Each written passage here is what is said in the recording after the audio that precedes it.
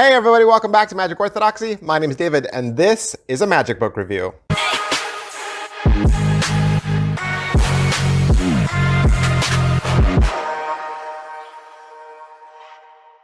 Hey, welcome back to the channel. Thanks for being here. It's Friday. Yep, it's Friday. And if you've watched my channel for any amount of time, you know what that means. It means sometimes I do a magic book review. I don't always do a magic book review on Fridays. But that is the day that I have reserved for said magic books, if I do a review, if you call it that. Yeah, so Friday's back. It's Friday. We made it to the weekend. Yippee! Doing some deck reviews in the days ahead. So looking forward to that. That means, yep, I'm still going. I'm still going. No breaks in sight. I don't know how long has this been? Like 3 weeks? It's been at least 3 weeks, maybe 4. That I've done a single review every single day, right? Every single day I've put out a review, and some days I've done 2 reviews for those of you who are over in the member section. Don't forget about the member section. The member section gets 2 extra videos. So on top of all the videos that you get here, you get 2 extra videos over in the member section, and you can join by clicking the join button down below. But for the rest of you, hey, do me a favor. Hit like, hit subscribe, hit follow, hit the notification buttons. I look at the stats for YouTube all the time. Turns out most of you, the majority of you, a high percentage of you, have never subscribed. Never subscribed? What? Hey, that's the best way to tell me that you want me to keep going, keep making these videos, that you find value in these videos, find value in what I do. Please subscribe. That is the best way to say thanks. Today, we're looking at Inconceivable from Luke Jonas. I think I just had a Princess Bride meltdown right there. That's right, Inconceivable, Luke Jonas, $25, a 90-page self-published book, available to you right now. You can head on over to Luke Jonas's Instagram page, send him a DM, and he can hook you up with a book. Luke told me that pretty soon this will be available over at Penguin for all of you Penguin Magic fans. Who's Luke Jonas? He did Newton's Touch. He did the Jekyll and Hyde book test. He did the Alice in Wonderland book test. This book is a selection of mentalism effects and routines and some essays. And I believe there's only 150 copies, each one individually numbered and signed. And like I said, it is 90 pages. It's a paperback, self-published. It's all typewritten text with a handful of black and white photographs. All right, so let's say you pay your $25. It comes to you in the mail. You crack the book open. What are you going to find? What are you going to find? You're going to get a foreword from Peter Turner. That's nice. Peter Turner, mentalism guru. After that, there's an essay on the importance of storytelling. Storytelling is huge in mentalism. Then the first trick is called newspaper opener. Spectator selects a newspaper, cuts out an article with scissors, and the sentence at the top of the article matches a prediction that you have. Following that, there's an essay on whether playing cards should be used in mentalism. And I believe the answer is yes, because Luke Jonas then follows with several card tricks.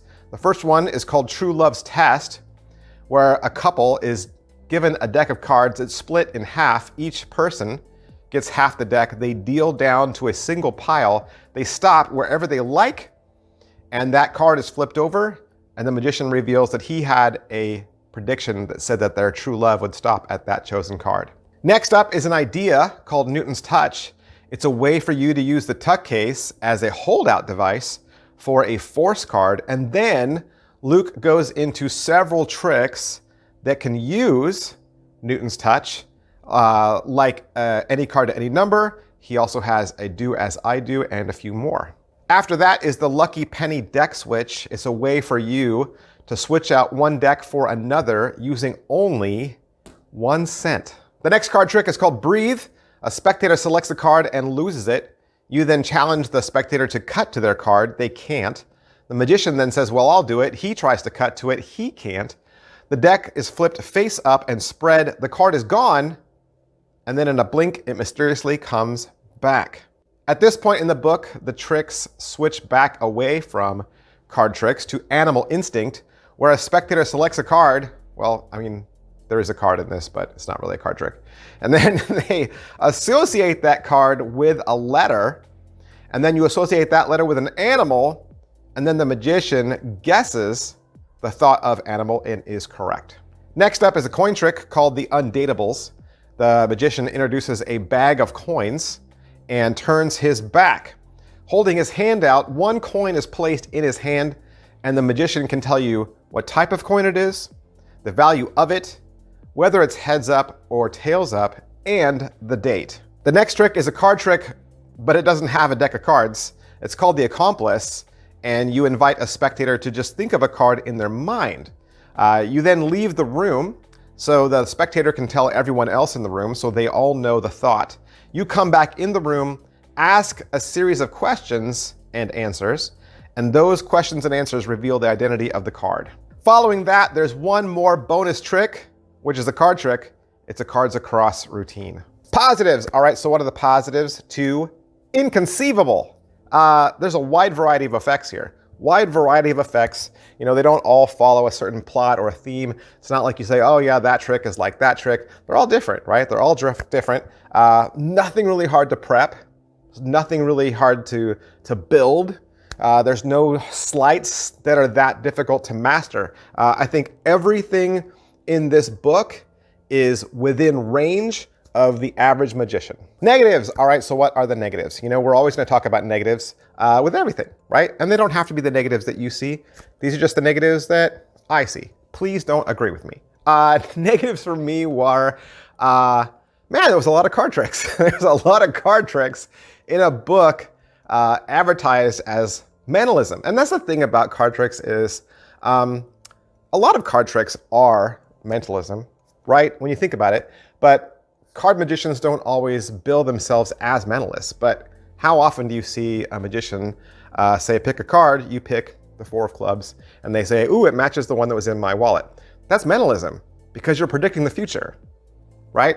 And you can say, oh no, it's a card trick. But predicting the future is one of the plots of mentalism. Or if I said pick a card and you picked the 4 of clubs and I said, did you get the 4 of clubs?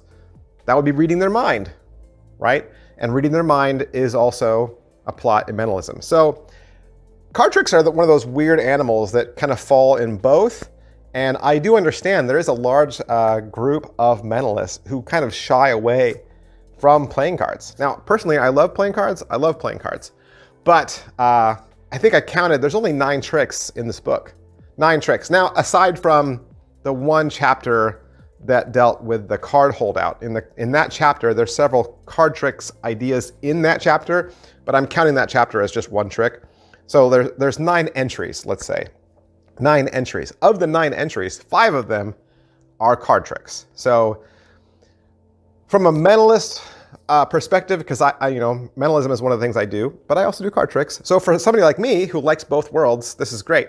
But I wouldn't just necessarily say this is a book of mentalism. Is it worth your money? Like I said, it's $25, and I don't know if you know this, but publishing a book on your own isn't affordable. It's not cheap. It's not cheap. So Luke's not making a whole ton of money on this. So I think people who would like this would be fans of Luke. You know, if you've gotten one of his book tests in the past and you appreciate his magical style and you're curious to see his take on these card tricks and these plots, I think you'd definitely get a kick out of Inconceivable. All right, that's everything I can say about Inconceivable, new magic book from Luke Jonas. I want to thank Luke for allowing me to have this book so that I could do the review for you. And if you'd like to purchase it for yourself, like I said, give Luke a direct message out on the old Instagram. Thanks, guys. I'll see you next time. Bye.